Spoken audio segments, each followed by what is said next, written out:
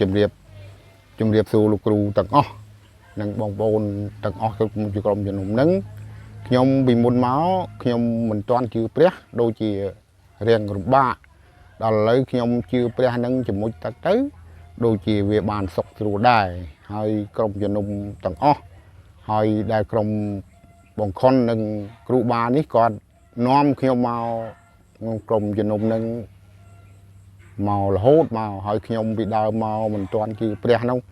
ដេកដូចជាយោសពយឺតអីស៊ីគ្រូច្រើនណាស់គ្រូអើយដល់ឥឡូវនឹងបានជាមួយទឹកទៅ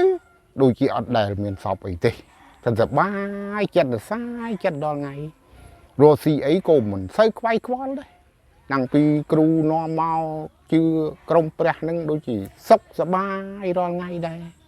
មានតែកើតទុកអីទេពីមុនមកខ្ញុំខ្វាយខ្វល់ណាគ្រូអើយចេញរកចេញទៅណាមិនរួចទេ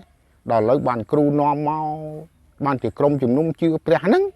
ដូចជាសុខស្រួលរាល់ថ្ងៃបានជាខ្ញុំជឿព្រះរហូតតាំងពីខ្ញុំមិនជឿសពថ្ងៃខ្ញុំជឿយូរហើយខ្ញុំជឿតាំងពី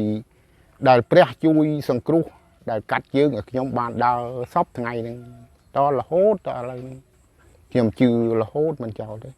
ខ្ញុំដើរទៅណាមកណាក៏ខ្ញុំនឹករលឹកដល់ព្រះដល់គ្រូដែលដឹកនាំខ្ញុំមកហ្នឹងរហូតមកតសប្ថ្ងៃហ្នឹងហើយខ្ញុំក៏បានសេចក្តីសុខដែររស់នៅរាល់ថ្ងៃហ្នឹងថ្ងៃសៅរ៍ហ្នឹងខ្ញុំមកថ្វាយគុំរាល់តែសៅរ៍ខ្ញុំជឿព្រះបានខ្ញុំមកបើខ្ញុំជឿព្រះខ្ញុំចេះតែមករហូតចឹងដល់ថ្ងៃសៅរ៍ខ្ញុំមកទោះបីមានការងារណាចាំបាច់ទៅអាចខានបានបើខានបានខ្ញុំទៅរុលមកតដល់មិនមានប៉ុណ្ណឹងទេគ្រូបាទឈ្មោះណែឌីសុខានៅភូមិទួលចំការស្រុកពញាក្រែកខេត្តបូកឃ្មុំ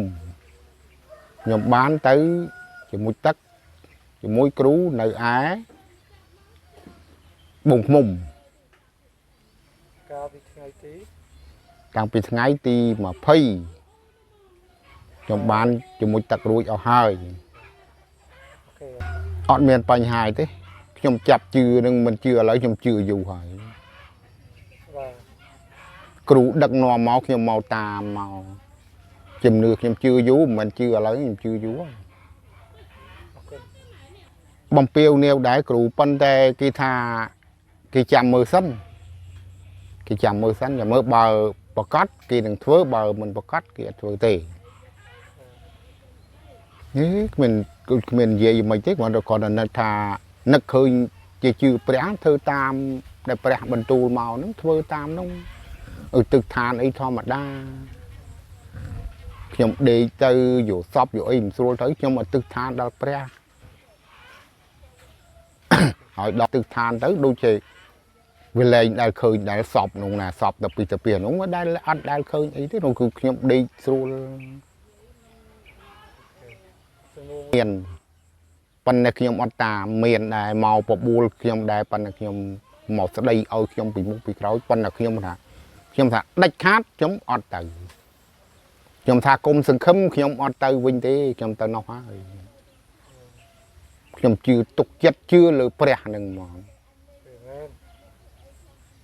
អរគុណច្រើនអង្គចង់ស្អងទៀតក៏